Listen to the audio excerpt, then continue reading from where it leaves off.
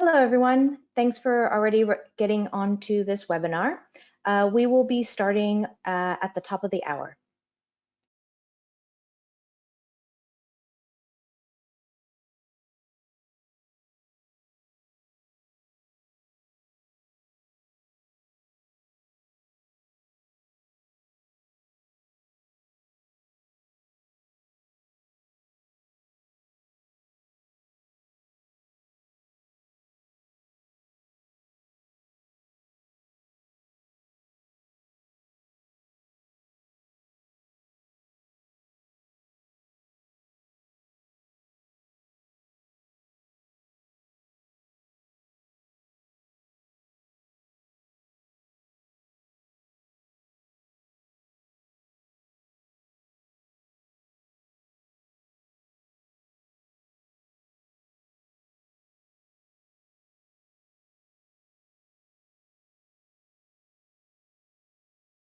Hi, everyone. Thanks for already signing in to today's webinar.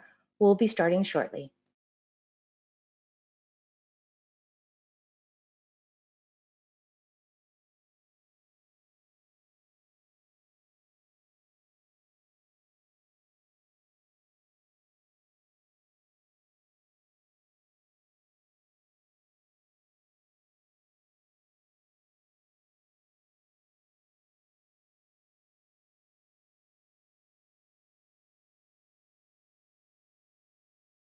Welcome to today's webinar on the future of work, digital HR transformation for the education sector. This is part of AKT's Digital People Experience Insight series, where AKT has been an SAP partner for almost a decade. Hi, everyone. I'm Michelle, and the facilitator for today's webinar. All attendees are in listen-only mode. On your panel, you are able to ask questions through the text box. If you have any audio problems, by using the computer audio, you can switch to the phone audio options that were provided to you in your confirmation email. So on to today's webinar. Let's first introduce you to who is on today's call. Over to you, Ryan. Good morning, everyone, and thanks very much for joining today's webinar. Thanks very much, Michelle, for handing it over to me. My name's Ryan Egan, and I'm an account executive here at SAP SuccessFactors. On today's webinar, I'm joined by a range of guests and hosts. But we'll start off with the AKT side, where we have the Managing Director, Tahir Ahmed. We have then Dror Felberg from the Head of Sales. And we have Michelle Hunke, who's the Head of Marketing. We're also joined by other colleagues from SAP, including Jack Riggs, who you probably would have heard from, reaching out to you guys, and Fiona Moore, who's the Partner Business Manager, the person that links AKT and SAP SuccessFactors together. We're also very privileged to have a guest speaker on today's call, and that's Wasim Mian, who was the Program Director in Inspired Education, which is the customer case study that we will talk to you today about. So what do we have lined up on today's agenda? So starting off, myself introducing everyone, then we're going to hand over to Dror, who will take you through how HR is changing in this current situation, in this current age, and what that really means for higher education. Wasim will then take the reins and will talk to you about Inspire Education's journey, or the HR transformation, and the learnings that he found throughout the program, and give some key advice. And then to finish off, we'll have Tahir and Jack, which will again take you through some lessons learned through Inspire Education's program, and they will finish with a few follow-ups that we'll pass on after this webinar. So with that, I'll hand it over to Dror.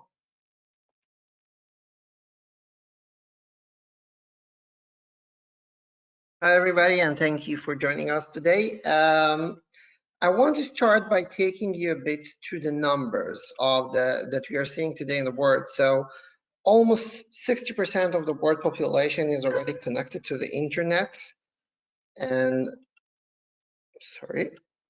And 45% is already have a social account media in the media. So things like Facebook, LinkedIn, and things like that.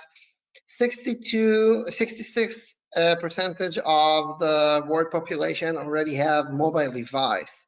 Now those numbers are increasing every year, and you know, just this year on 2019, 53% of the world traffic on the internet was coming from mobile, and this is a big change. I remember those numbers like only something like 3 years ago. It was 22% of the traffic coming from mobile, and we see this things really shifting in the way that people interact today.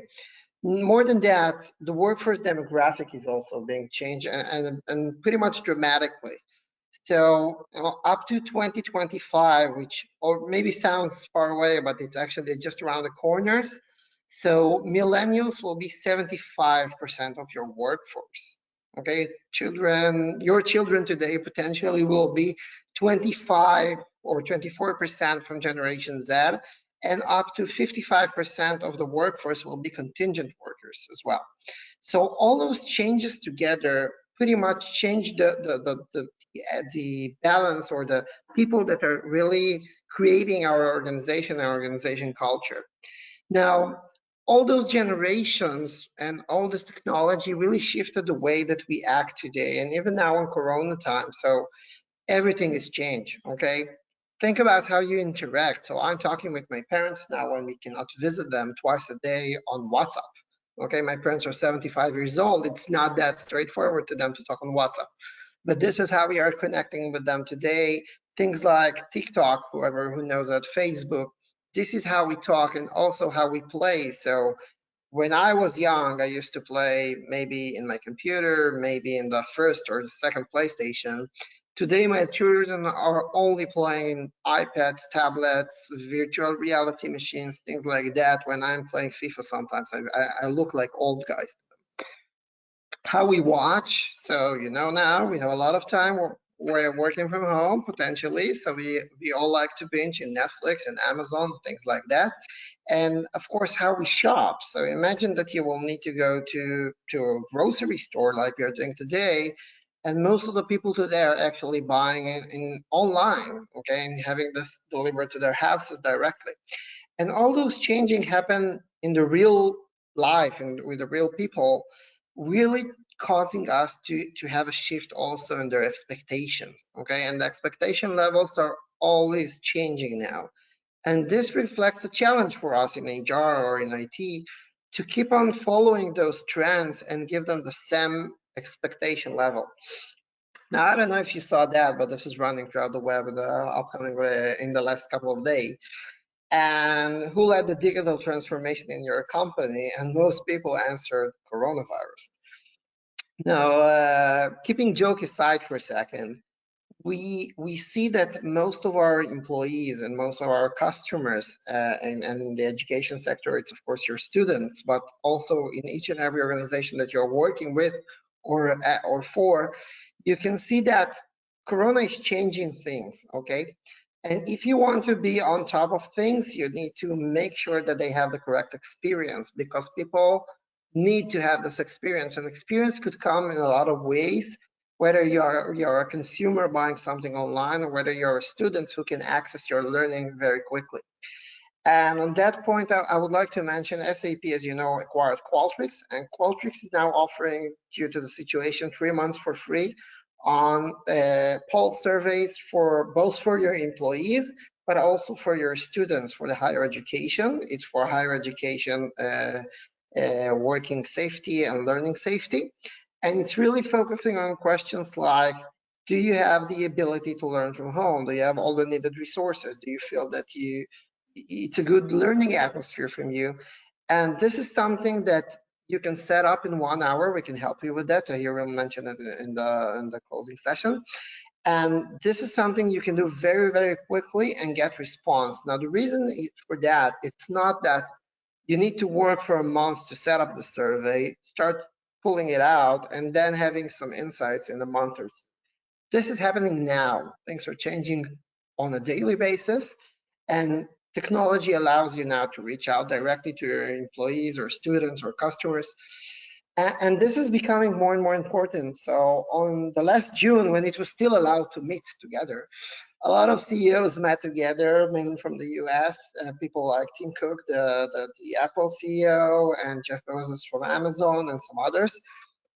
They met and they all decided together to go out on a statement and saying that companies must invest in their employees and in delivering value as they deliver to their customers.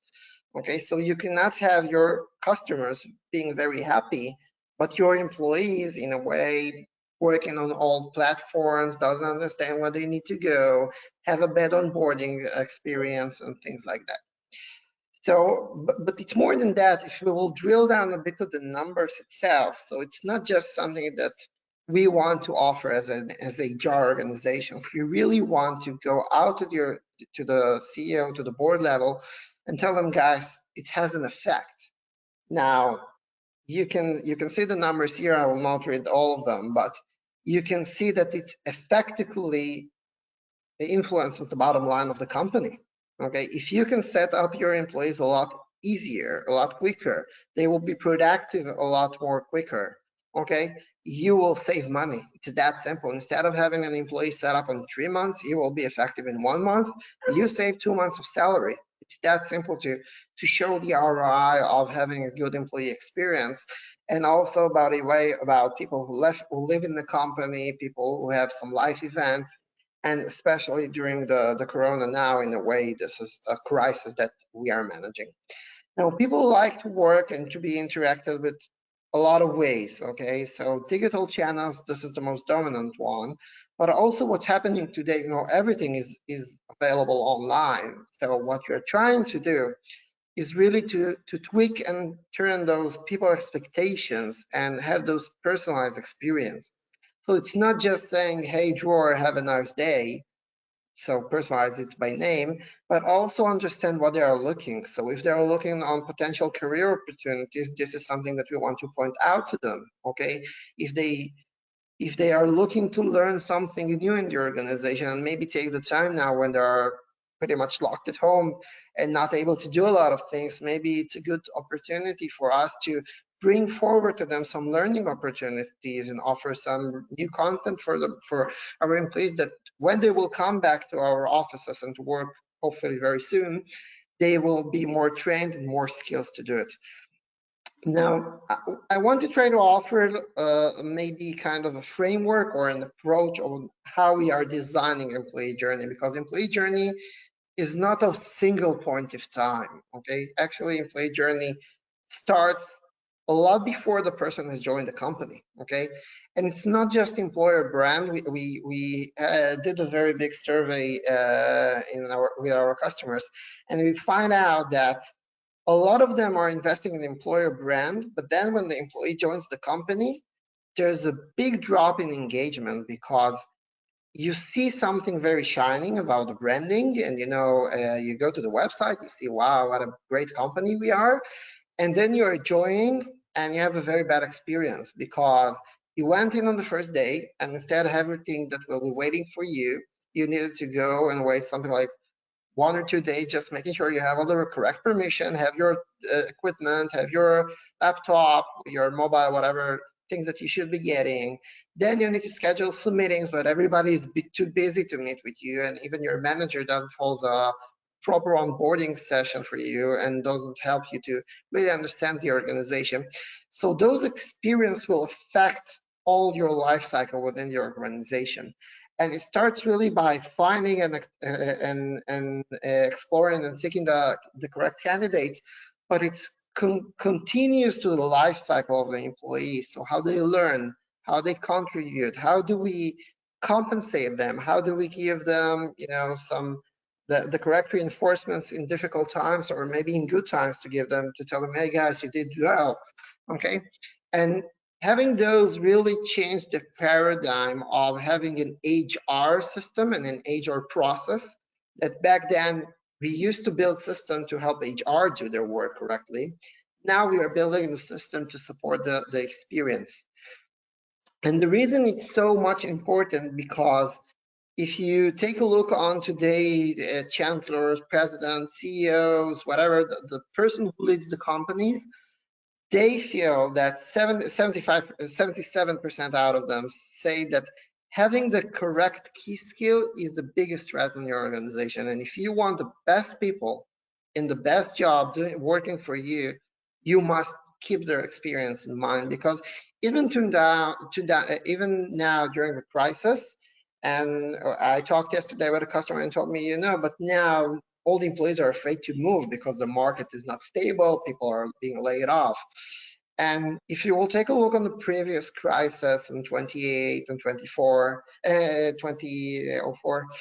you will find out that during those crises, the key talents, they thrive. They are feeling best. They are being chased by other companies. People want to take them to their organization because they are the spotlight of the talent pools. So even if it's an employer's market and not employees market, you should still assume that your talents are being reached out by other customers, and they know how to tackle exactly what their needs. So for some it could be better staff treatment, and for some it could be better salary, and for the others it could be more flexibility in the work hours. Now, I tried to lay down some main pillars or reasons to go to digital HR that we see in our customers today, because if you will take a look 10 and 12 years ago, when those best practices were laid down basically by the previous generations, the generations of today expect something else, okay? They expect a better employee experience. They accept more manager empowerment, okay? They expect their managers also to be their mentors, to support them throughout the process.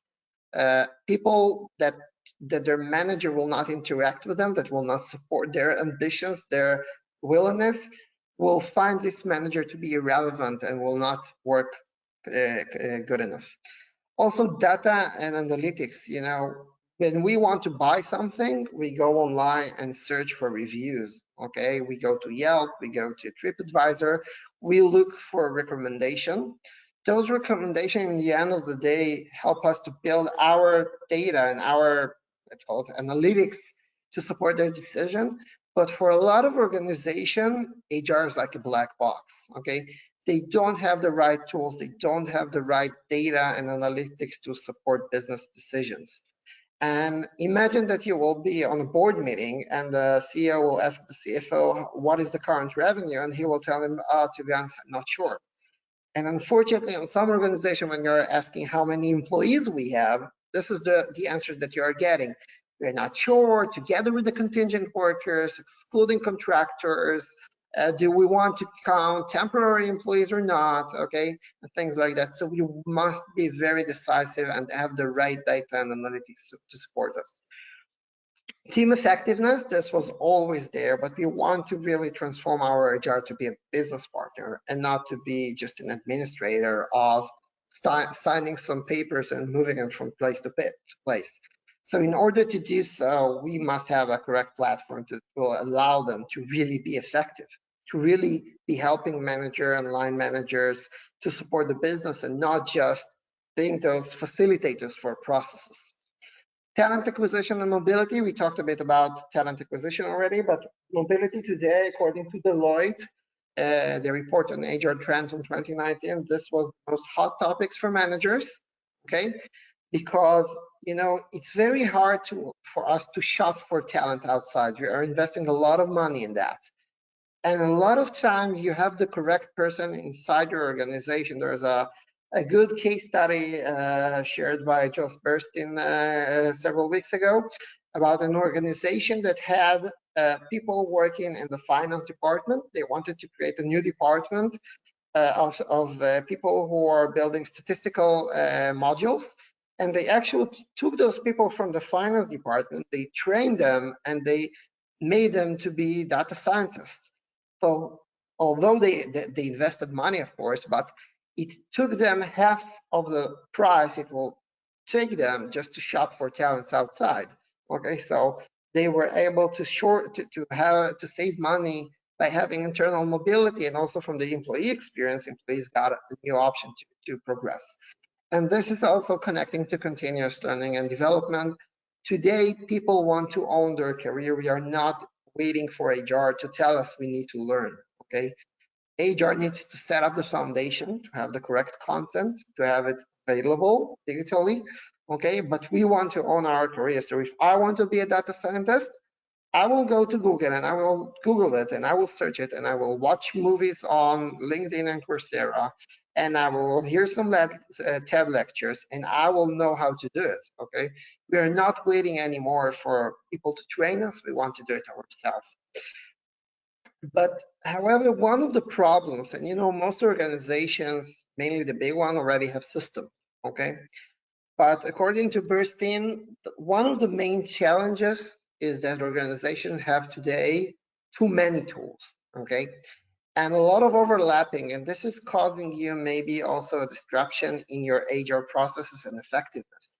Because if I'm an employee and I want to go and query my payslip, and then to go to see some learning, and then to see some welfare activities, and also to read a bit about internal mobility, and maybe to have my performance evaluation, and I need to go, in most organizations, to 5 or 6 other solutions to find it. Now, don't even talk about the employee experience and the UI. This is not a good experience. And if my manager wants to have a career talk with me and he wants to see my learning together with my performance evaluation, together with my career path and my last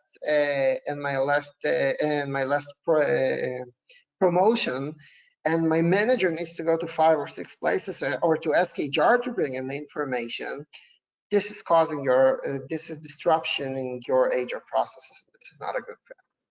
Okay, so what I will try to suggest to you now is some 10 steps for having a useful digital transformation as a concept. Okay, the first one, and maybe the most important one, is to embrace your employees with a customer experience.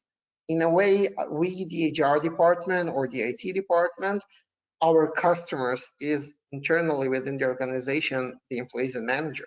Okay, and as we won't ship any product to our real customer, or we won't deliver a course or a session or a program that we do not believe in, we need to provide our own employees the same experience. And this is also affecting organizational structure sometimes, because today there's a trend of letting in the organizational structure, and more than that, to have it more connect and more agile and more built in on a concept of agile and Spark and things like that. So if you have a project, if you want to brand a new website, for example, for your employees, to build an HR portal, it's not necessarily going to throughout the let's call it the regular organizational structure. It's more like teams of work, okay? And this is changing, and we need to break those silos. It's not just IT alone, it's not just HR alone, it's not just managers alone. We need to understand that we are all in this together and really create this ad hoc teams to work on that. Change management, although it sounds pretty much straightforward, I believe at least this is the key thing for everything, okay? When you are buying a new iPhone or an Android device, nobody's doing a training on that, okay? If Facebook is changing their wall, nobody's delivering training for that, okay? And change management is not just training, is accepting the concept that things will be changed all the time, okay? And if we want to be an up-to-date organization, we cannot allow ourselves to have a change every 15 years, every 12 years, okay? Changes are happening so quickly today, and now I believe with Corona, changes will happen even more quickly. Just 2 months ago, who would have thought that we will do everything from home, okay? Transformational leadership, all those changes will not happen if the leadership, if the top management will not support it. And technology decisions is very important. There's an average of 15 people involved in buying new technology to the organization. Now, it sounds absurd. If you're a 10,000 employee organization, why just 15 people? Okay. If it should be working for everybody, I'm not saying that we should have a survey about choosing the systems, but we must hear out the requirements and needs of many more people. It's not enough to ask 1 or 2 managers what they need from the platform. We need to gather more information because in the end, this will translate to the customer experience as well. Going forward, digitalization, I think it's almost straightforward that we must be digital, and digital is not just having a good workflow or a nice platform, is embracing the approach of being digital. It means that if I'm designing a process, the assumption should be that everything should be done remotely. Everything should be done automatically as far as we can, okay? It's not just having the system, but at the end of the day, when I'm, I don't know, updating something in my records, I still need to go and sign some papers and bring it to somebody. If we are doing that, we are missing the whole concept of digitalization. Evaluation of service and processes goes together. So we need to really reimagine all our processes and not being on the state of mind that, let's not digitalize our existing process. Let's see it as an option of change.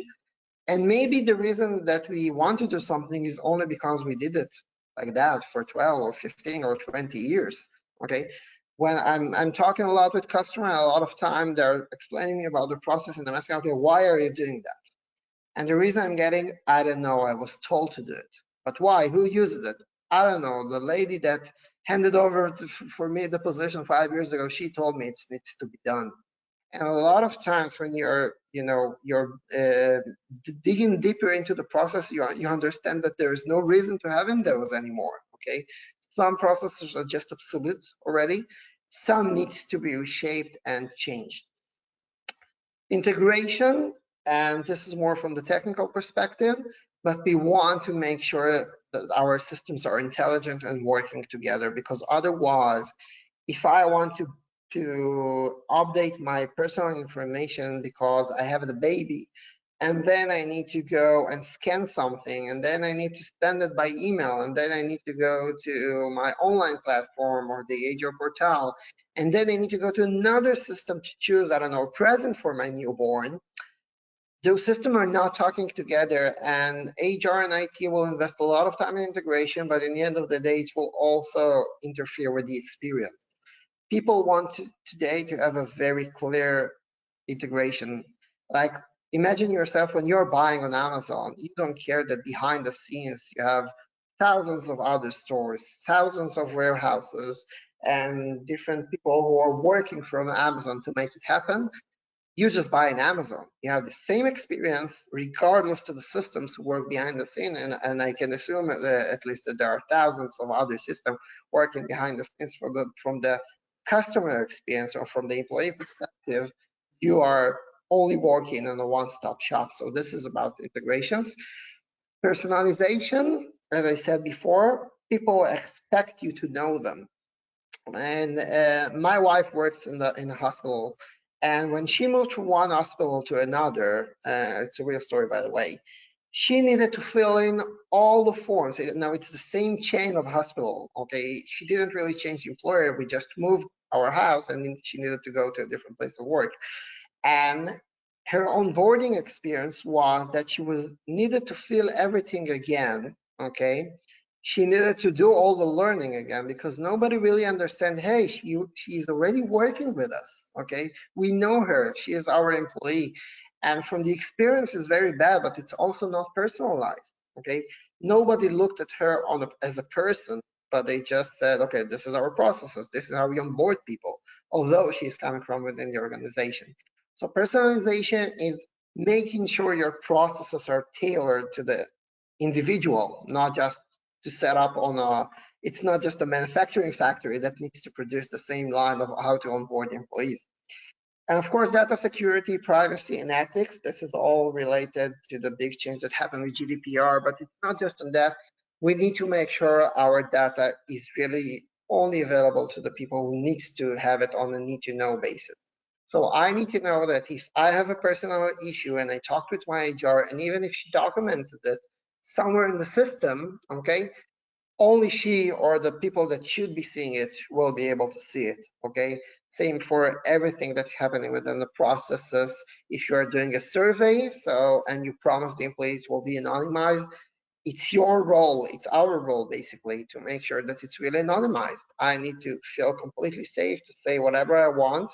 because this is the only way that we as an organization will be able to learn and improve our employee experience. So that's it for me. Just the last thing that I would like to share with you, and it will be connected to Wasim area as well, and the story about Inspired, is that you also need to distinguish between the workplace, the workforce, and the digital HR. Now, the workforce, whether you want it or not, it will happen by itself. The generation will shift, people expectations are changing all the time, okay?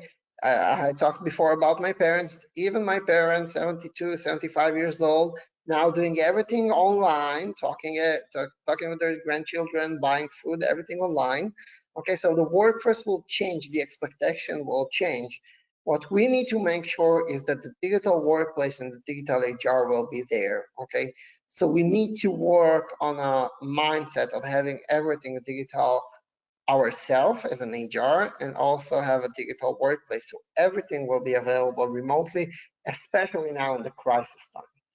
So I will hand over to my colleague Wasim to talk to you a bit about the transformational change that happened on Inspired Education using SAP platforms. Thank you very much. Hi everyone, my name is Wasim, and I want to walk you through a recent integration and implementation that I was asked to turn on support. And this is relating to the Inspired group. So if I talk a little bit about who Inspired is, because many of you may not have heard of the organization. So Inspired was formed around about 5 or 6 years ago, and the group was created as a result of a number of large acquisitions across many different countries, so to speak. And these acquisitions, they were effectively a collection of private and premium schools. They currently have in excess of 30,000 students across 60 plus schools within 15 countries. So it's a fairly dynamic, large organization. All the schools themselves, they are run regionally. So whilst these schools were acquired, Inspired allowed them to turn around and operate however they were currently operating, whatever processes they had, and just continue to turn around the organization itself. So effectively speaking, there are only 25 kind of central related employees who are based outside of Mayfair in London, who turn around and drive the key central functions, but everything else, especially from a HR and process standpoint, was left to each of the schools to turn around and do.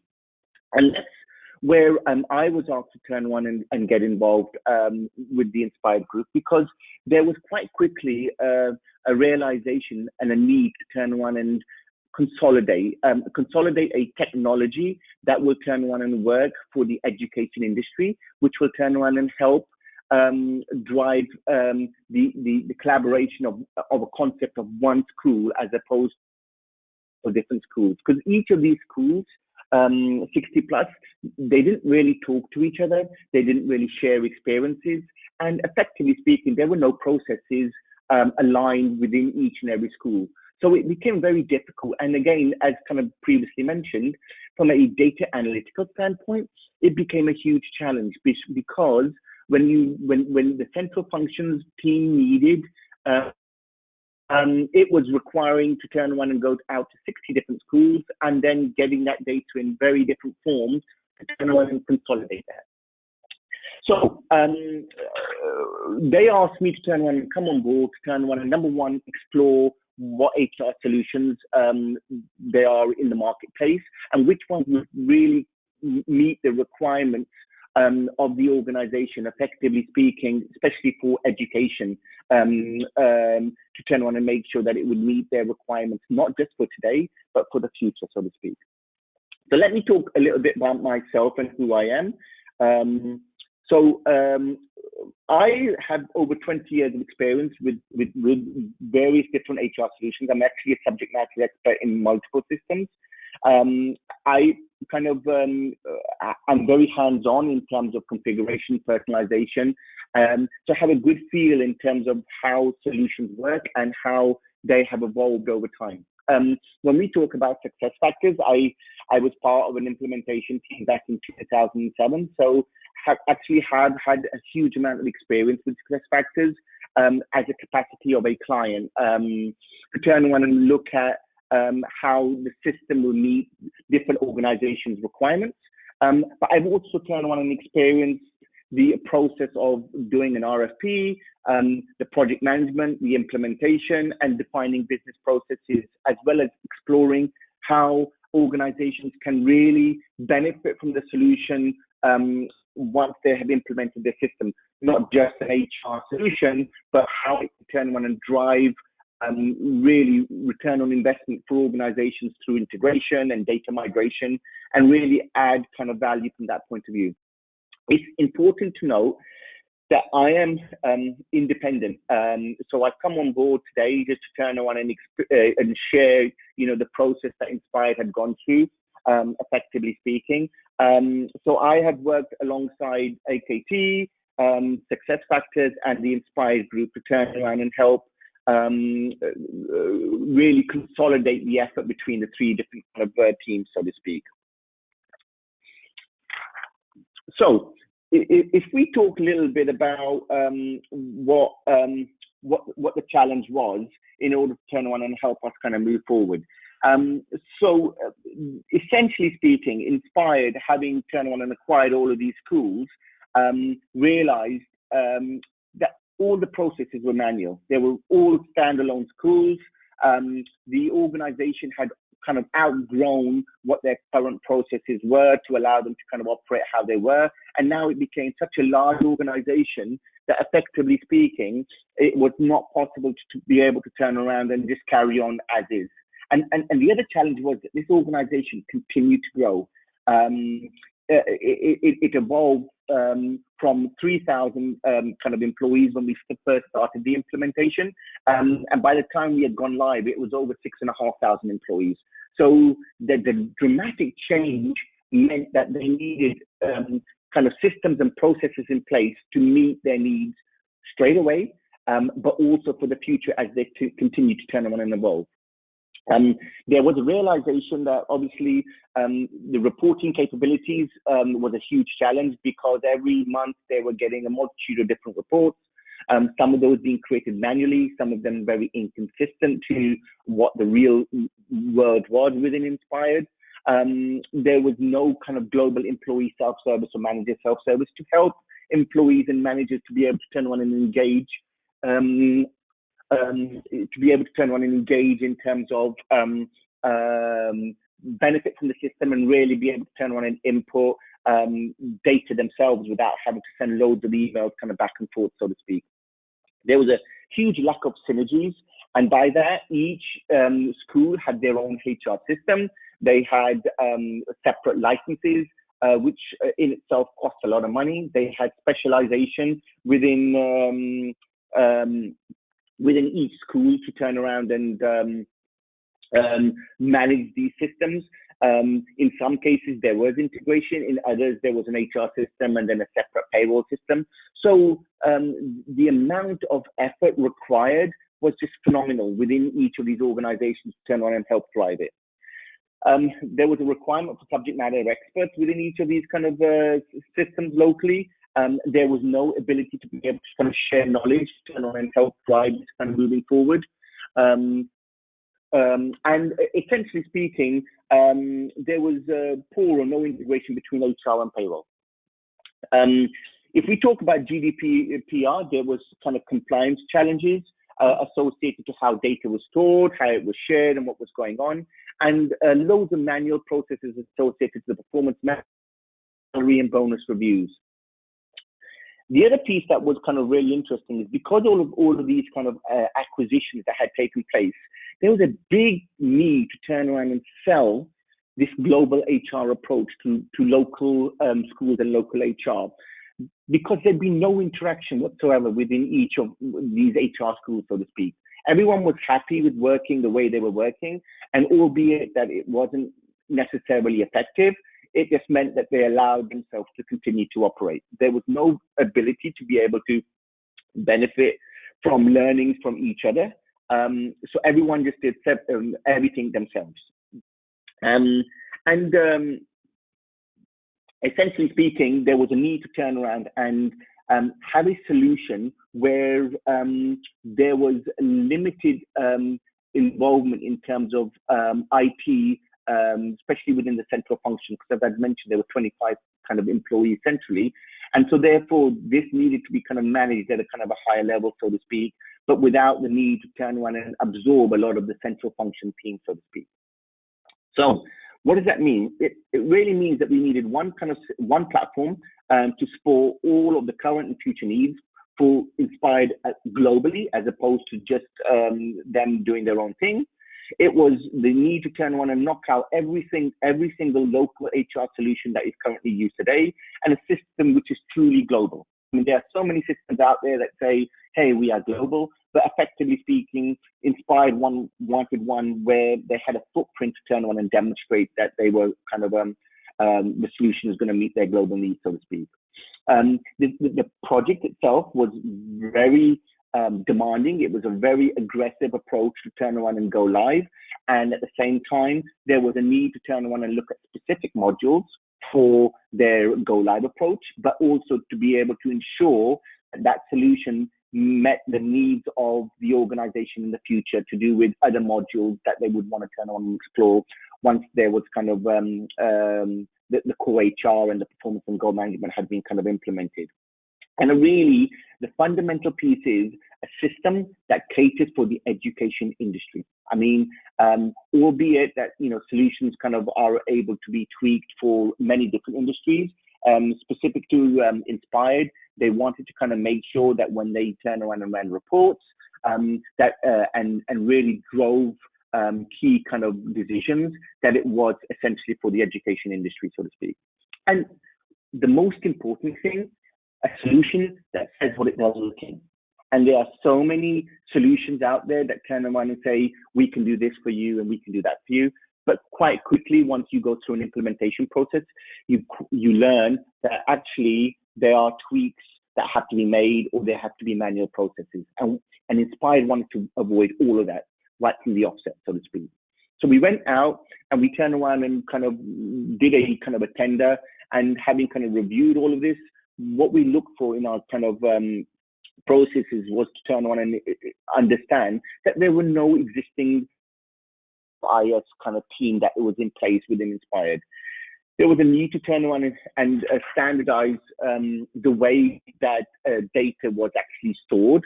So looking at organizations, departments, jobs, pay, employee record structures to allow for really global workforce planning and management for the future.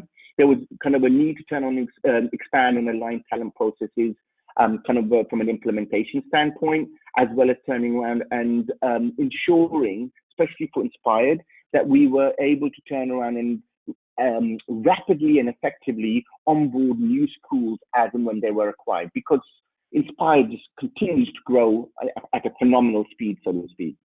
There was also a need to turn around and really educate and the local HR team and really make it more of an effective team globally, as opposed to just each HR team within each school, so to speak. And then for the future, it was looking at kind of needing to create kind of a learning platform to turn around and help drive that. Also looking at kind of ensuring that data accuracy was there from the offset of when we went live. And also kind of looking at exploring other processes, whether it's to do with driving compensation from a salary standpoint and a bonus standpoint, but also from a recruitment standpoint.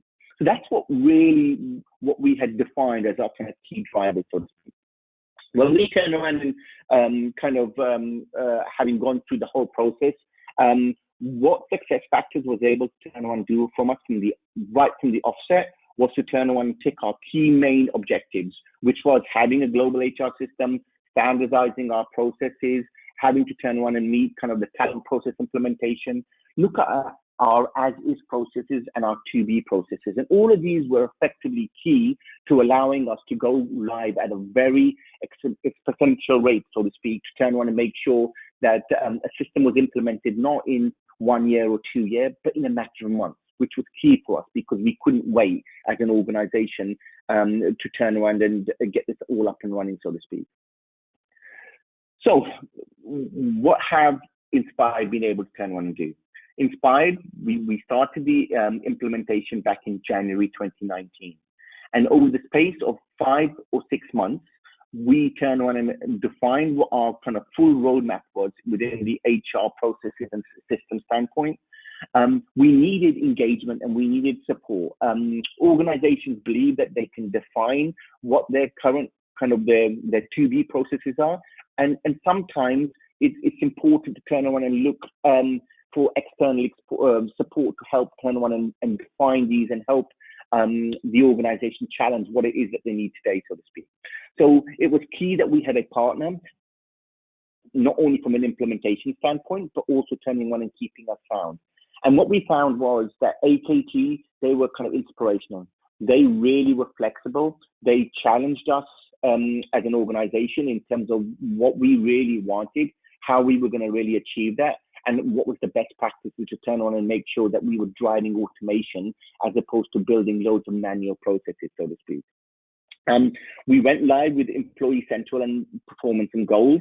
That was the key piece that we wanted to turn on and focus on, so that we had one standard platform for core HR data, as well as kind of the performance and goals process. But bearing in mind that we wanted to, that also incorporates the employee self-service and the manager self-service, as well as absence tracking, so to speak, for those various countries.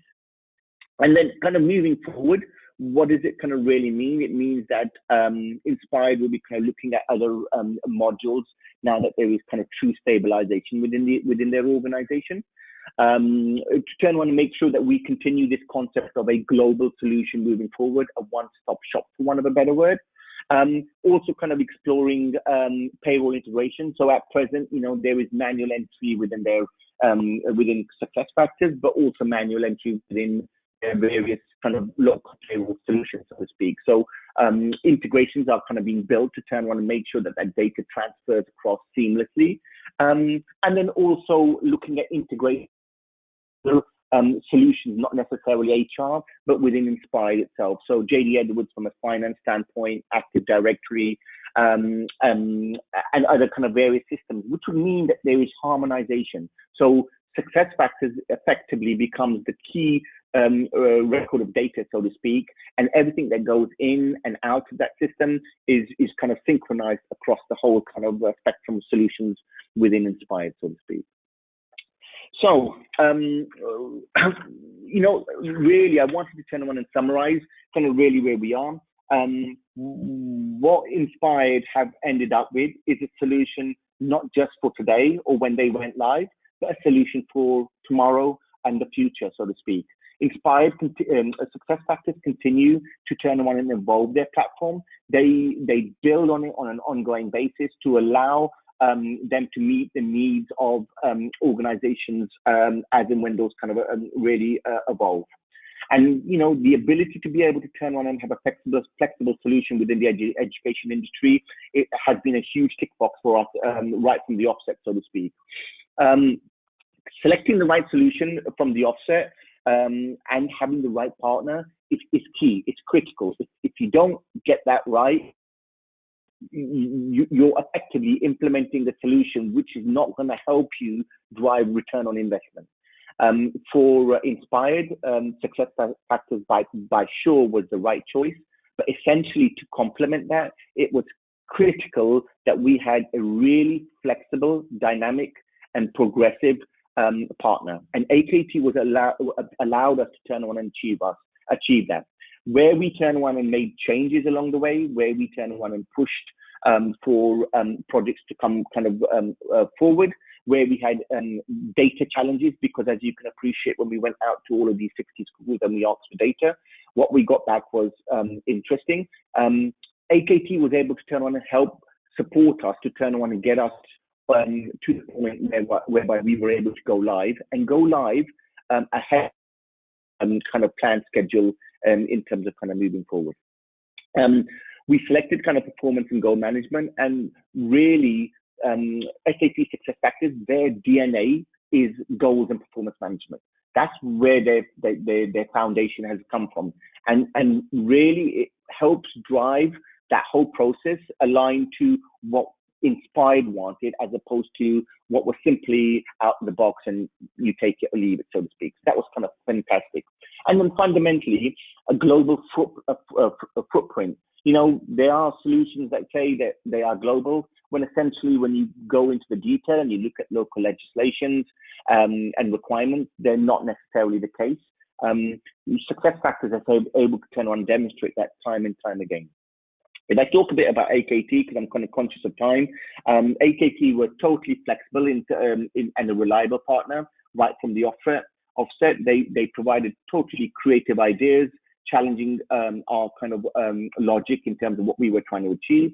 They had a structured and aggressive approach to allow us to get to where we wanted to in the time frame we wanted, and they had kind of dynamic tools to help us get us there in a really quick manner, so to speak.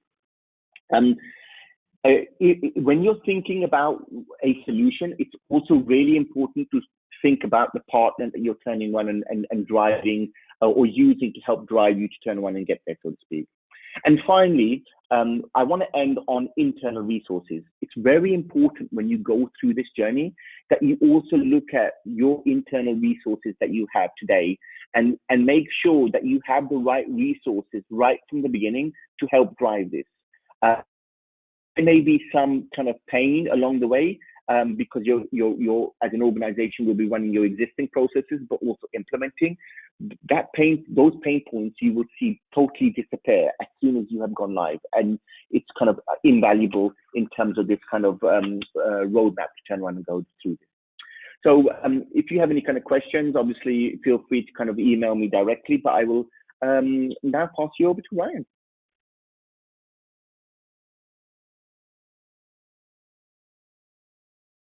So with that, we're going to finish up by talking about our AKT, and to hear talking about the lessons that have been learned through the inspired education journey and transformation. So Tahir, it's over to you.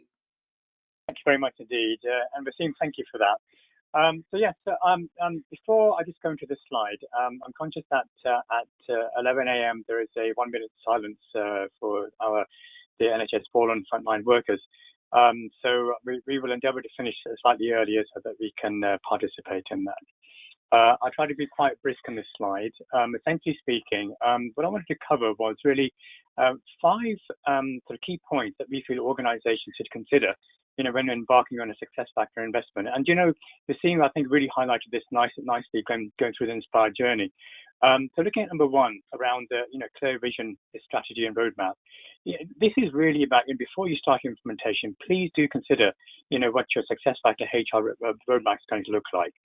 With SuccessFactors, you can start anywhere, go anywhere. Wasim mentioned about starting with the EC and performance. That doesn't necessarily have to be the case. So it's something to consider. Dror talked a lot about employee experience. So you must consider where is it that you need to increase your employee experience. What is the plan behind that? And don't ignore what are your actual business and technical needs. Do think about those before you embark. What is your business case? Make sure it's absolutely clear. Something that we can definitely help you with, and so can SAP. And what are those compelling events that is a case for change. So that's really around number 1, around clear vision and roadmap. And once you've established that, number 2 in the blue area, it's really important when you embark on the implementation that you carry those visions, those design decisions with you, so that during the implementation you have certain checkpoints, so that your implementation and what you're building, remains in terms of what you set out in the first place. Things change. We are currently working with many customers purely because force majeure, COVID-19, and the changes we're having to make in terms of this, and this is what we need to be able to react to. Moving on to point number 3, which is instilling a journey mindset. What this is really all about is once you enter a cloud journey, it's for life. It really is a different mindset. It's not like the old days, one-off on-premise implementations. And in this journey mindset, you have to instill the governances around BAU, and be ready for the quarterly releases that SuccessFactors will endeavor to bring you innovation, but it's all about harnessing that innovation as well. Going to number 4, it goes without saying, SuccessFactors, it's not just around a technology implementation. It's not just around a technology replacement, but it's really important to keep in mind that there isn't a change in adoption aspect to this. You're bringing in new HR concepts. It might be a new target operating model we need to adhere to. So the whole change in adoption aspect of this is very critical as you take this journey on.